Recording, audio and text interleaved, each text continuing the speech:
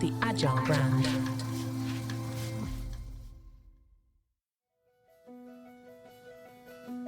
Welcome to Season 6 of the Agile brand, where we discuss marketing technology and customer experience trends, insights, and ideas with enterprise and technology platform leaders. We focus on the people, processes, data, and platforms that make brands successful, scalable, customer-focused, and sustainable. This is what makes an Agile brand. I'm your host, Greg Kihlstrom, advising Fortune 1000 brands on MarTech, marketing operations, and CX, best-selling author and speaker. The Agile Brand Podcast is brought to you by TechSystems, an industry leader in full-stack technology services, talent services, and real-world application.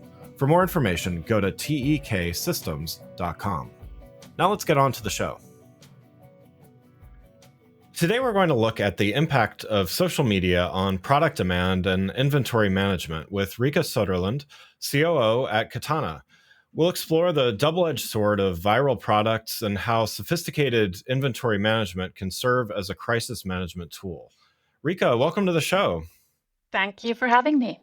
Yeah, looking forward to talking about this topic with you. Why don't we get started with you giving a little background on yourself and a little bit about your journey to becoming COO at Katana? Of course. I've been working in marketing for 2 decades now on both sides of the table with B2C marketing, but then more recently in this B2B space. And yes, now as the Chief Operating Officer here at Katana, but also overseeing marketing, my baby still, of course, as well. And really found Katana through the mission that the company has that resonates so well with me, with enabling entrepreneurs with small businesses in navigating this space of selling, not just on social media, but on all the different channels that they now have at their disposal and helping them navigate that complexity. Great. Well, yeah. So we're going to talk about a few things here, but I wanted to start by just at a high level, getting your perspective on how you've seen the landscape of social media impact product marketing and sales. Oh my gosh, in so many ways. It's a big question, I realize. Yeah. Okay. I revealed that I've been in the industry for 2 decades. That means that I graduated like almost 20 years ago. So I came into the business right when all the social media platforms were first being introduced. So the change was massive from the kind of more traditional marketing into, all of this conversation is happening online and customers all of a sudden have a voice. And all the way then into this world where we're now at, where social selling and not just the multitude of different channels that brands have to navigate, but also the different types of customer engagement points that they have there and different types of kind of communication and opportunities to bring their brand and bring their products to customers. It's massive. The amount of complexity that brands now navigate, oh my gosh, it's humbling. So the change has been absolutely profound. And I also don't think that it's ending anytime soon. Yeah, agreed. Yeah. And yeah, I mean, first it was, e-commerce in general. And, I remember early days of social media. I think a lot of brands were struggling to really understand even the best ways to market. And now we're at the point where sales and social commerce and things like that are kind of the standard. So, lots have changed. So, let's start here with this idea of the viral product phenomenon and talk a little bit about advantages as well as some challenges. I mean, it seems like only good things for your product to go viral, but there's also some challenges along with it. So, first let's start. What are some of the immediate benefits when a product goes viral on social media, and how does this sudden popularity impact company sales and brand visibility? Yeah, exactly. I think it's important to note that products going viral isn't actually a new phenomena. It just happens a lot faster in the social media landscape. So it's really the speed of things that is making life a lot harder for retailers or brands when one of their products or one of their brands goes viral. Obviously, great news. You're happy that the one product got that lift and you're able to sell, maybe even sell out with that one product. But that's when then of course the problems start. If you sell out, then what? Typically, manufacturing a product is a long process. Like we're talking months. So getting that back in stock and still capitalizing on that momentum is extremely hard. But the way that there is more benefit to a brand is, of course, if you're able to capitalize on the moment by creating a halo effect to your other products as well. So the biggest benefit is really on the kind of brand visibility side and making sure that all of your product portfolio is kind of getting that moment, that viral moment, and benefiting from it, so that it's not just tied to any one single product. Yeah, yeah, and then conversely, you touched on this already, but want to talk about a little bit more. Is I've experienced this of that no customer likes to click on something, get excited about buying something, and then find that it's out of stock and not really. When it's a very large brand, it's like you have some reasonable assurance that it's going to be back in stock soon. When it's kind of a niche or smaller brand, you don't really know, because to your point, the manufacturing process is, it takes time. So, what are some of the challenges from the brand perspective? How does this affect the customer experience? Yeah, exactly. I mean, and the customer experience obviously isn't great if the product is sold Right. out, but imagine that the customer most likely then also goes to a competitor. So it is actually costing you if you're not able to provide that information of when will we be back in stock. But for a small company, that is actually a really hard challenge to tackle, to be able to tell when will they have the product back in stock, because a product is a complex thing. It has components, it has ingredients, it has raw materials. It consists of multiple moving pieces, so it's not just a question of, well, how long does it take to ship the product from my warehouse to the store or to the customer. It's actually how long does it take for me to get all the different ingredients or raw materials that I need shipped from all the different vendors or suppliers that I have, and then actually manufacture the product and then actually get it to the consumer. It's a multi-step process that gets infinitely more complicated when you have multiple sales channels to navigate as well. Yeah, yeah, it's and to your point, for those smaller I mean, even for a large company it's still a challenge, but for smaller companies there's just more moving pieces, more things to keep track of. And this leads kind of to the next point, the of inventory management. And we've talked about crisis management on this show before, but from a very traditional standpoint of crisis communications, PR, media relations, all of that. But because we're talking about this negative customer experience that might happen, and we're talking about social media, so people that are excited about buying something and all of a sudden very suddenly disappointed that it's not available, with there's a crisis management component here, in other words, to inventory management. And so wanted to get your thoughts on this. How does an inventory management system like yours, like Katana, provide solutions for companies that are dealing with this rapid scale of demand and potential issues if they can't deliver?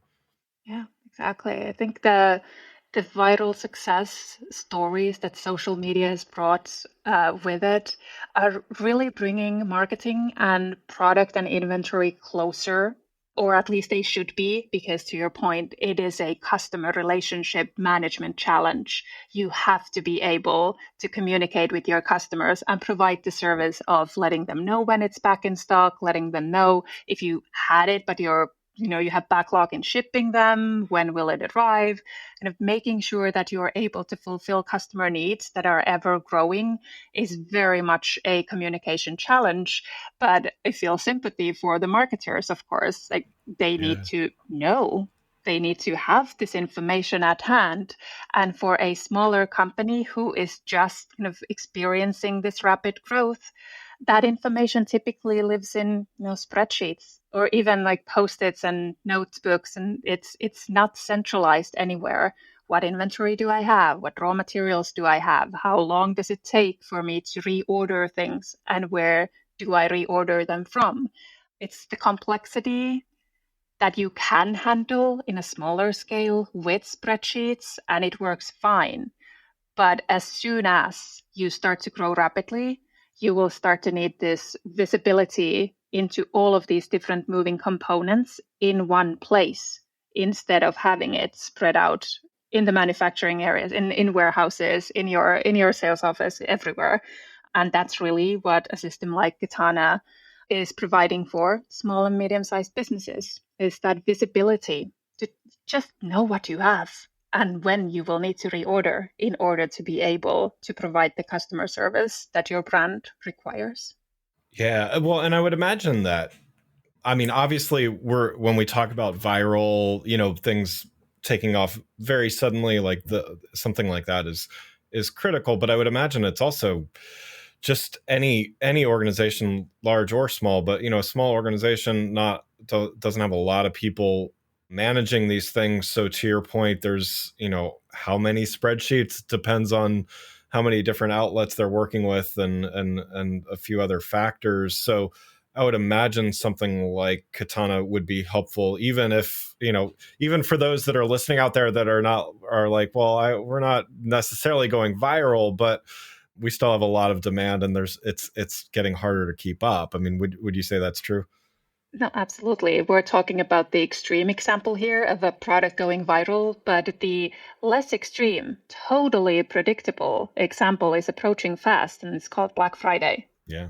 It Yeah. is incredibly difficult to anticipate the demand that you will need and be sure that you don't have stockouts during what is the kickoff to a high volume season. You can't sell out on Black Friday because you still have multiple weeks of holiday season shopping ahead of you. So this kind of fluctuation in demand, it's business as usual in a social in an environment where social media drives so much of consumer behavior. The last thing I want to talk about is just, the strategic planning aspect of this. So, whether it's viral product demand or, to your point, the holiday season, there's still going to be a spike, and there's going to be a lot of people looking out there on social media for products and gifts and things like that. So wanted to start with, what strategies can companies implement to better prepare for and respond to sudden spikes in product demand when we're talking about, again, whether it's holiday or viral or whatnot. I think there are two answers to that question, and it's actually kind of a chicken and egg situation in the sense that first thing, obviously, is to have all this information in one connected platform. And super important that that platform is actually then also connected to all your other systems. So things like your e-commerce store. I mean, what uses your inventory information if it doesn't connect to your e-commerce in real time and into all the social media channels in real time? Or let's say your accounting systems. Again, having that real time visibility comes from connecting to the entire tech stack that you have at hand. Yeah. So that's absolutely crucial. That's the first step.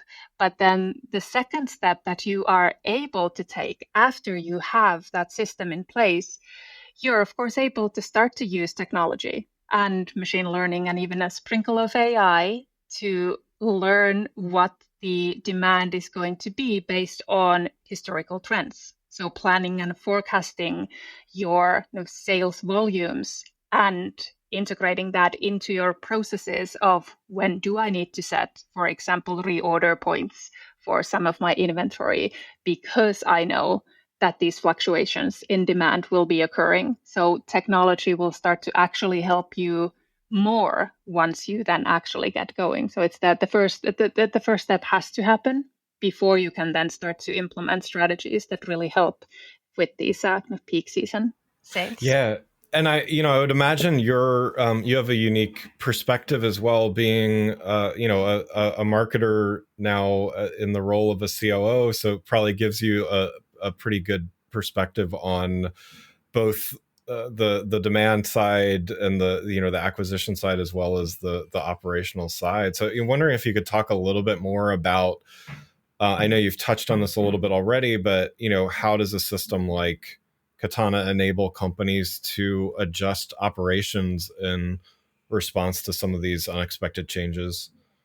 Yeah. Well, I think the clearest example, of course, is manufacturing. If you are manufacturing the products yourself, which often is the case, a product that actually goes viral, it's something unique, something you can't get anywhere else. So it is something that you yourself are manufacturing.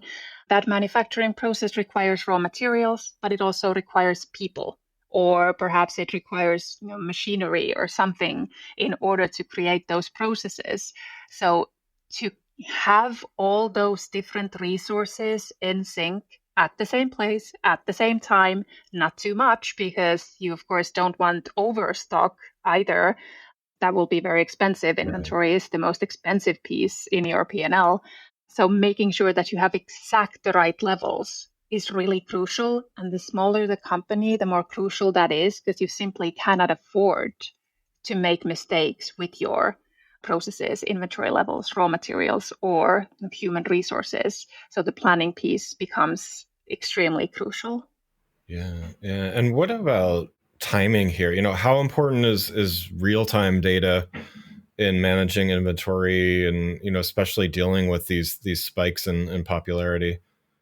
I think it's everything. The Yeah. viral product is the great example of you can't have a system that, for example, syncs every day or syncs every 15 minutes when you have a situation where consumers are trying to buy your product every second.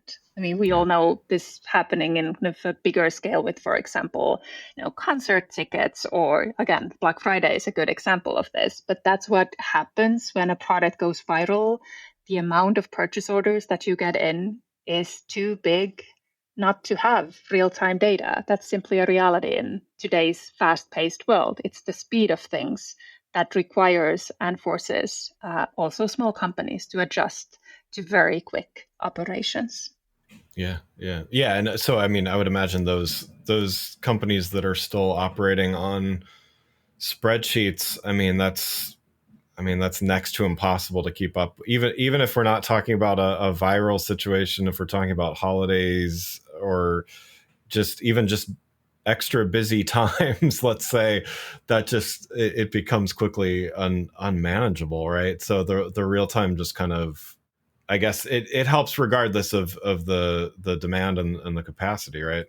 Exactly. I mean, it's the times are long gone when you could actually work in a kind of a 24-hour cycle, and where the customer actually walked into your store and personally spoke to you to give their order. I mean, that's just now not how this omnichannel world works. And brands do need to adapt to this new reality. Yeah, absolutely. Well, Rika, thanks so much for joining today. One last question for you. Last thing I want to talk about is future developments and future trends. So, you've been working in this space and certainly are seeing some trends in both the inventory management side as well as the social media marketing side of things. So, what trends are you seeing at that intersection of those things right now? I think the kind of the biggest trend that's important, especially for the more smaller or medium-sized businesses, not the big enterprises, is to really be close to the customer, really understand what is it that they are asking, what is it that they need, and be quick in responding. So kind of what I was talking about from marketing and product being close to each other, but also vice versa, bringing those market insights to products, because in many cases, products are the way to market, especially in social media environments. So bringing that loop really, really tight will be key for brands to success in the future. And I do believe that AI can, of course, help not solve it for you, but at least manage the information flow as well as then the complexity that ensues. I guess, yeah, complexity is then the other big theme that I've been talking about throughout this entire conversation. It's not going to get easier. We won't have less channels to navigate. We won't have kind of less options for consumers.